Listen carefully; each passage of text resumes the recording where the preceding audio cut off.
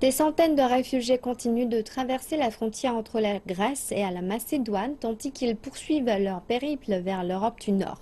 Postés dans un camp de transit ou sur l'aire de repos d'une station-service, ils attendent dans le froid, près de la frontière, que la Macédoine ouvre et ferme périodiquement.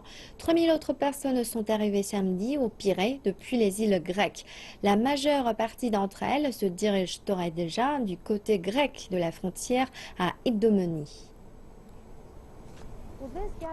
Cette station-service, située à 20 km de la Macédoine, est devenue un point de contrôle non officiel, d'où la police oriente les réfugiés en direction de la frontière ou du camp de transit qui a récemment réouvert ses portes.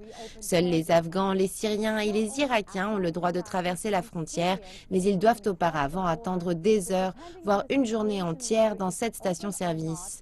La Grèce n'a aucun pouvoir quant au nombre de personnes autorisées à traverser la frontière, puisque ce sont les autorités macédoniennes qui en contrôlent l'ouverture. Ce matin, par exemple, ils acceptent 50 personnes par heure, mais cela est loin d'être suffisant puisque l'afflux continue. Plus tôt dans la journée, 3000 personnes sont arrivées au port du Pirée et la plupart se dirigent actuellement vers ce point de passage. Les équipes de Médecins sans frontières ont installé des tentes il y a quelques jours et se préparent actuellement pour ces nouveaux arrivants. Ils ont apporté avec eux 1000 couvertures et 2000 sandwichs en prévision de l'arrivée d'une soixantaine de bus dans les heures à venir.